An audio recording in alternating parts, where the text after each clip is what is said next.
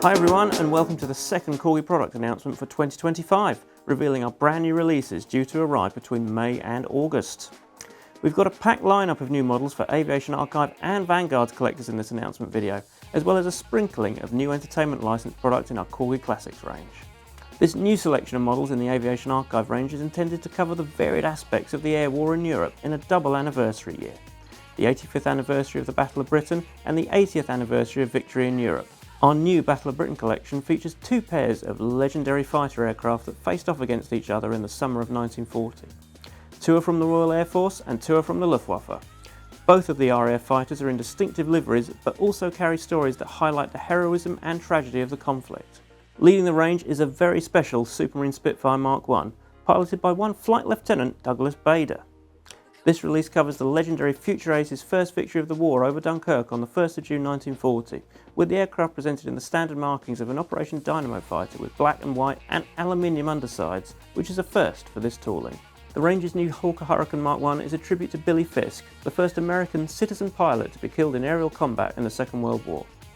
Before the war, Fisk was a double Olympic gold medal champion for bobsledding, but travelled to the UK to join up when war broke out in 1939. He was killed in action during the Battle of Britain on the 17th of August 1940 while piloting this distinctive Hawker Hurricane. Meanwhile, the two German fighters reflect the perils of combat over foreign shores, with both aircraft forced down and captured by the British. This Messerschmitt Me-109E was part of a fighter-bomber unit that had fallen out of favour with Reichsmarschall Hermann Göring. He demanded that the unit remove their insignia from their aircraft, and so all pilots instead applied a distinctive red band around the nose cone in protest. This particular fighter was piloted by Oberlieutenant Walter Rupp and is notable for making an emergency landing at RAF Manston on the 17th of October 1940 after being attacked by Spitfires over Gravesend. Rupp was taken prisoner and this aircraft was toured around Britain as a war prize. Lastly, for the Battle of Britain 85th collection, this Ju-87 is as significant as one of the Stukas which took part in the devastating raids against convoy CW9 Peewit off the Isle of Wight in the English Channel.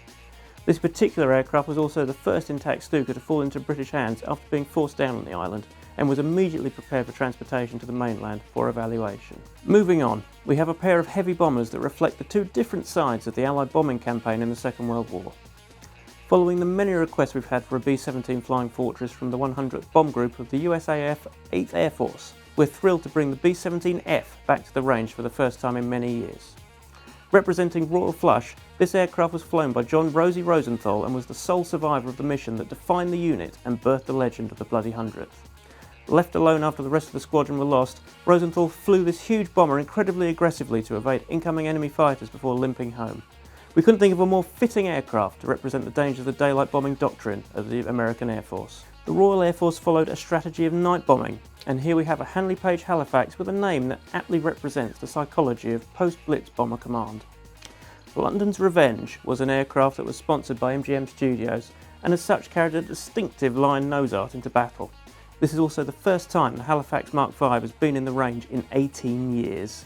And lastly, for the Aviation Archive announcements, we move forward in time to 2005 and a different type of big cat, with this really incredibly liveried Westland Puma HC-1 that was part of that year's NATO Tiger meet. Many remember this helicopter from its appearance at the Royal International Air Tattoo, and it's really exciting to add something very different to the Aviation Archive range. Speaking of RIAT, we're planning to be at the air show in July with some more special announcements, but stay tuned for further updates. Moving on to Vanguards, we have the debut of our brand new tool Ford Fiesta Mark II at last. One of the most beloved vehicle models from Ford's catalogue, the Fiesta has incredibly only been represented in our collection by the Mark I until now. This fully featured tooling is designed to run and run, featuring multiple specifications of this modern classic with the incredible XR2 spec leading the new releases alongside the 1.1 Popular Plus. Both of these vehicles are held in the collection at the Ford Heritage Collection at Daventry, and sticking with that incredible building of cars, we have a new set of Ford Capris that are also in the Heritage Collection. These three vehicles are all reflective of the Capri in different ways, from the rare to the very personal. The Mark I is a very rare 4x4 version of the car.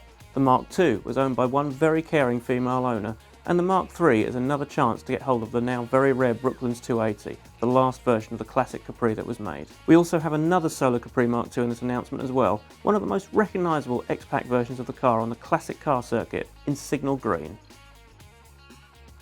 This unusual Ford Escort Mark II in Jupiter Red with silver 1300 Sport graphics replicates a car that caught our researchers' eye at the Practical Classics Classic Car and Restoration Show at the NEC in Birmingham in March 2024. And speaking of our researchers, this Ford Cortina Mark V 1.6 GL in terracotta recreates one of their very first cars. The Ford Focus Mark III returns with a pair of highly desirable special releases.